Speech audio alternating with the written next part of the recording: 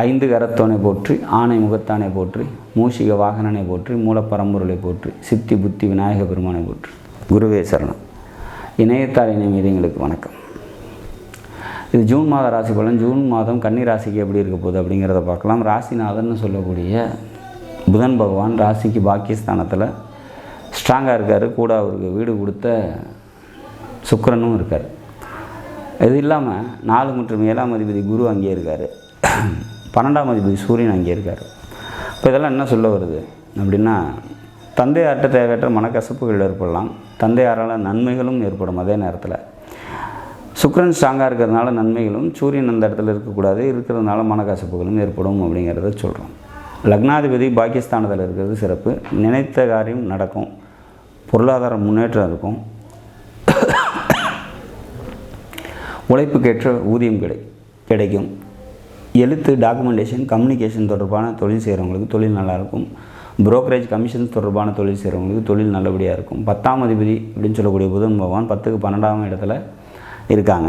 அப்போ தொழில் செஞ்சுட்டு இருக்கவங்களுக்கு விரயம், சொந்த தொழில் செய்கிறவங்களுக்கு விரயங்கள் இருக்கிறதுக்கான வாய்ப்புகள் உண்டு அப்படிங்கிற மாதிரியான ஒரு அமைப்பு. வேலைக்கு போயிட்டுருக்கவங்களுக்கு வேலையில் ஒர்க்லோட் ரொம்ப அதிகமாக இருக்கும். அதை ஈஸியாக நீங்கள் ஹேண்டில் பண்ணி வந்துடுவீங்க அப்படிங்கிற மாதிரியான ஒரு அமைப்பு. மாமன் வழி உறவினர்களால் நன்மைகள் ஏற்படும் அப்படிங்கிற மாதிரியான ஒரு சுச்சுவேஷன்ஸ். 4ஆம் அதிபதி பாகிஸ்தானத்தில் இருக்காங்க. குரு திரிகோணத்தில் இருக்கிறது சிறப்பான ஒரு அமைப்பு. அப்போ வண்டி, வீடு, சொத்து இது தொடர்பான நன்மைகள் ஏற்படும். தாயாரால் நன்மைகள் ஏற்படக்கூடிய ஒரு சூழ்நிலை உருவாகும். லாபாதிபதி அப்படின்னு சொல்லக்கூடிய சந்திர பகவான் மாதத்தோட முற்பகுதி ஓப்பனிங்கில் பார்த்திங்கனாக்கா உங்களுக்கு சாதகமற்ற சூழ்நிலையில் சஞ்சரிக்கிறார்.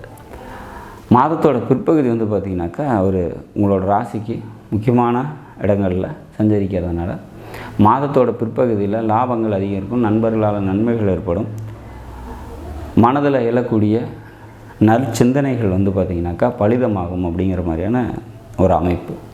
மொத்தத்தில் இந்த ஜூன் மாதம் கன்னிராசியை பொறுத்த வரைக்கும் பல முன்னேற்றங்களை தரக்கூடிய நல்லதொரு மாதமாக இருக்கும். 12ஆம் அதிபதி பாகிஸ்தானத்தில் இருக்கிறதுனால தந்தையாருக்கு உடல் நிலை பாதிப்புகளை தரலாம், அல்லது தந்தையாருக்காக நீங்கள் செலவு செய்யக்கூடிய சுச்சுவேஷன்ஸ் இருக்கும் அப்படிங்கிற மாதிரியான ஒரு அமைப்பு.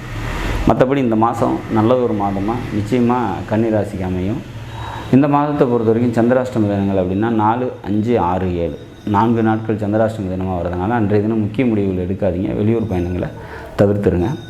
பெருமாள் வழிபாடு கூடுதல் நன்மையும் சிறப்பையும் நிச்சயமாக இந்த மாதம் உங்களுக்கு தரும் அப்படிங்கிற மாதிரியான ஒரு அமைப்பு.